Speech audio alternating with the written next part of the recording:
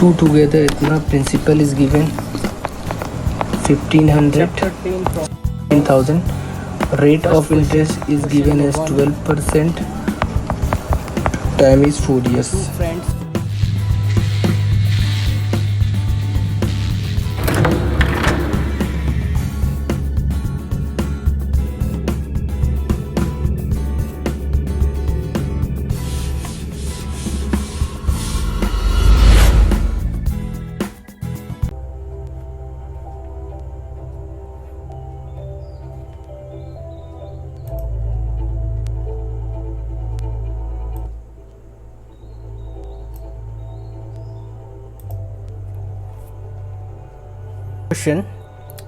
Question number 4. Answer any 10 question. Each question carry 2 marks. This is part 3 of paper previous year question 2020 mathematics class 10 West Bengal board madhyamik pariksha. Now question 1 is said, if the ratio of principal and the amount for 5 years is 5:6, then find the rate of simple interest पर annum. देखिए इस question में हमें principal और amount का ratio दिया गया है, तो अगर हम चाहे तो वहाँ से सिंपली 5x प्रिंसिपल मान लेते हैं, 6x अमाउंट मान लेते हैं. ये 5 साल का चट्टा कट्टा हमारे पास है.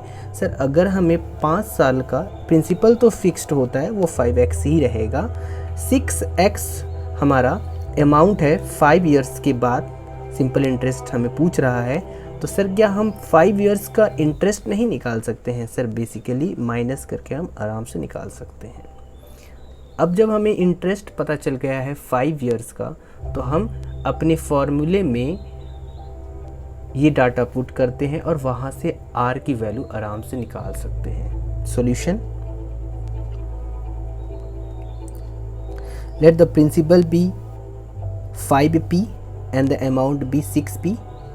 Now simple interest for 5 years is amount minus principal, that's mean we got p as our simple interest.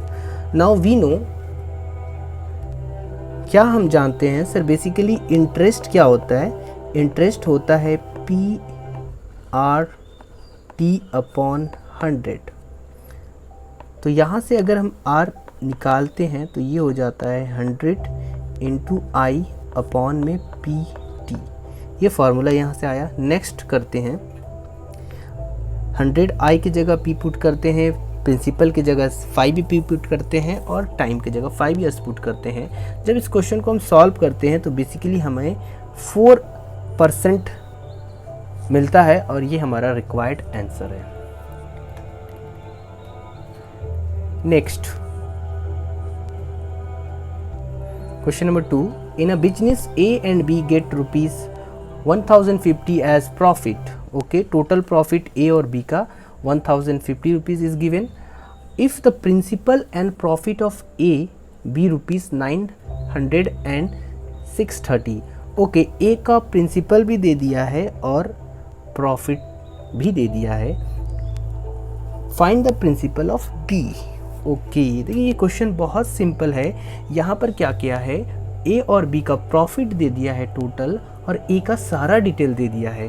अच्छा एक बात बताइए, अगर हमें यहाँ पर ए का ये प्रॉफिट है और ये टोटल ए और बी का है, तो क्या हम बी का प्रॉफिट नहीं निकाल सकते हैं? बिल्कुल सर निकाल सकते हैं. तो सबसे पहला काम यही है कि सर बी का प्रॉफिट निकालो. जब हम बी का प्रॉफिट निकाल चुके होंगे तब हम एक चीज़ देखते हैं कि सर जो जितना प्रिंसिपल दिया है और जितने टाइम के लिए रहा है उसी हिसाब से उसे प्रॉफिट मिलेगा. तो लेट्स स्टार्ट करते हैं. सॉल्यूशन, प्रॉफिट ए और बी दिया हुआ है, प्रॉफिट ऑफ ए भी दिया हुआ है, तो क्या हम आराम से यहाँ प्रॉफिट ऑफ बी नहीं निकाल सकते? यस सर, सब्ट्रैक्ट करके निकालते हैं. व्हाट अ फिगर, 420 आया है प्रॉफिट ऑफ बी. नाउ हम मान लेते हैं प्रिंसिपल ऑफ बी वो x है.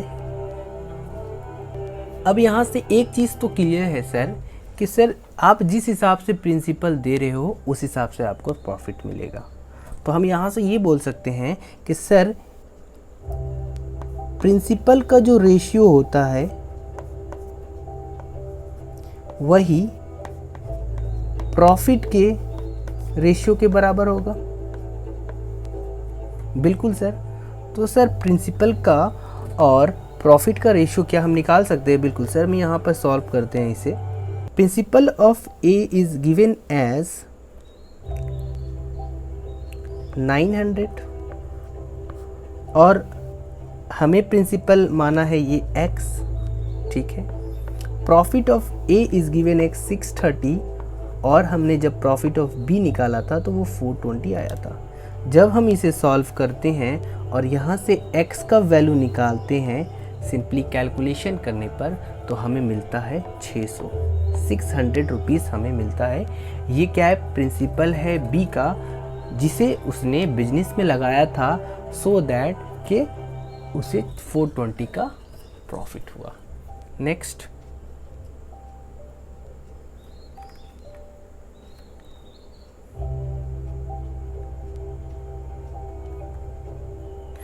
Question, if x directly proportional to y है, y directly proportional to z है और z directly proportional to x है, find the product of 3 variation constant. यानी कि सर ये जो कांस्टेंट हम ले रहे हैं, वेरिएबल कांस्टेंट किसे कहते हैं? सबसे पहले इसे समझ लेते हैं। सर वेरिएबल कांस्टेंट क्या होता है? सर जैसे मान लीजिए यहाँ पर लिखा हुआ है x directly proportional to y है, तो इसे सॉल्व करने के लिए हम क्या करते हैं? इक्वलिटी का निशान देते हैं और एक कांस्टेंट ले लेते हैं और मल्टीप्लाई कर देते हैं। तो ये हमारा क्या हो गया? Variation constant. तो सर यहाँ पर 1 डाटा है, 2 डाटा है, 3 डाटा है, तो इस तरह से हमें 3 कांस्टेंट मिलेगा। इन तीनों कांस्टेंट के बीच रिलेशन क्या है, हमें यही निकालने को कहा गया है। तो सॉल्यूशन देखते हैं। ये हमारे पास गिवन है, हम क्या करते हैं? इसे इक्वेशन में कन्वर्ट करते हैं। कैसे? As x is equal to के Y, Y is equal to M Z and z is equal to N X. यहाँ पर k, m एंड जो n है वो क्या है? सर वो कांस्टेंट ऑफ वेरिएशन है और हमें k, m और n के बीच ही, इसके बीच ही रिलेशन निकालने को कहा गया है। तो यहाँ देखते हैं हम क्या करते हैं, पहले एक को सॉल्व कर लेते हैं। पहले किसी एक को सॉल्व कर लेते हैं। फॉर एग्जांपल हम यहाँ पर इसे सॉल्व कर लेते हैं।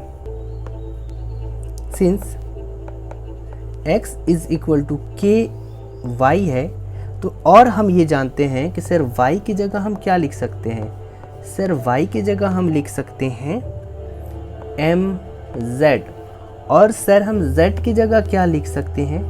सर हम z की जगह लिख सकते हैं nx। क्या लिख सकते हैं? nx। और हम एक चीज़ देखते हैं कि सर यहाँ भी x है और यहाँ भी x है, तो इसे हम कैंसिल आउट कर देते हैं। बेसिकली यहाँ 1 बचता है और ये हो जाता है kmn।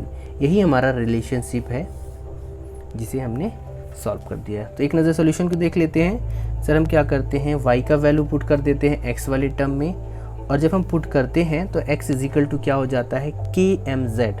अब हम क्या करते हैं? z का वैल्यू पुट कर देते हैं, है ना।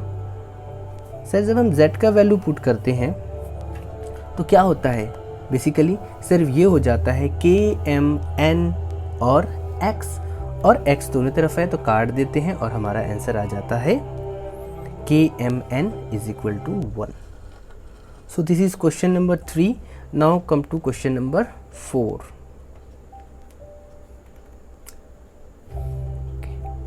Question number 4.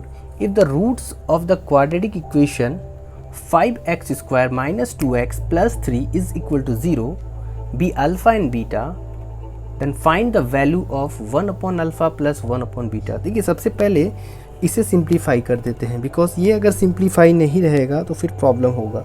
इसे सबसे पहले सिंप्लीफाई कर देते हैं तो सर हमें ये दिखता है कुछ इस तरह से। एलसीएम लेने पर ये 1 है ना, तो अल्फ़ा बीटा हो जाता है और ये कहीं ना कहीं बीटा प्लस अल्फ़ा हो जाता है। इसे हम ऐसे भी लिख सकते हैं अल्फ़ा प्लस बीटा और प्रोडक्ट। यानी सर कुछ नहीं, सर हमें क्या करना है? सम ऑफ द रूट्स निकालना है और प्रोडक्ट ऑफ द रूट्स निकालना है। और हमने इससे पहले भी एक क्वेश्चन सॉल्व किया है इसी पेपर में जहाँ पर हमने प्रोडक्ट ऑफ द रूट्स निकाला था। बेसिकली अगर हमारे पास क्वाड्रेटिक इक्वेशन होता है तो वहाँ से हम क्या करते हैं, जनरल्स जो कॉफिशिएंट्स होते हैं उन्हें लेते हैं और उनके बीच एक रिलेशन होता है, वो रिलेशन को यूज़ करते हैं। तो आइए इस सोल्यूशन को देखते हैं। सर जनरल इक्वेशन क्या होता है? सर जनरल होता है A X square plus B X plus C equal to 0। यहाँ पे हमें करना ये है कि सर ए क्या मान क्या है, हमारे पास क्या है वो हम लिख लेते हैं। हमारे पास सर वो है 5x square minus 2x plus 3 equal to 0, ये हमारे पास है। तो सर अगर हम इस हिसाब से देखते हैं तो हमारे पास a का वैल्यू आ रहा है 5, सर b का वैल्यू आ रहा है -2 और c का वैल्यू आ रहा है +3। अब हमें निकालना क्या है सर? हमें निकालना है सबसे पहले तो सम ऑफ द रूट्स, और इसका फार्मूला होता है -b/a, और हमें क्या निकालना है? प्रोडक्ट ऑफ द रूट, तो c/a। बेसिकली ये फार्मूला होता है सर। तो अब हम यहाँ पुट कर देते हैं -b, सर पहले से यहाँ एक माइनस है और b के वैल्यू में माइनस पहले से है। a क्या है? 5 है, तो इसे जब सॉल्व करते हैं तो ये हो जाता है 2/5। इसे जब सॉल्व करते हैं प्रोडक्ट ऑफ द रूट, तो सर हमारे पास c तो 3 है और a कितना है? 5 है। अब हमें क्या करना है सर? अब हमें क्या करना है? हमें सॉल्व करना है। हमने अभी जस्ट देखा ये जो है ये क्या आ रहा है सर? ये आ रहा है अल्फ़ा प्लस बीटा अपॉन में प्रोडक्ट। तो सम कितना आया है हमारे पास? सम आया है 2/5 और प्रोडक्ट कितना आया है? 3/5। जब इसे हम सॉल्व करते हैं तो हमें मिलता है 2/3। ये हमारा रिक्वायर्ड आंसर होगा। Thank you. नेक्स्ट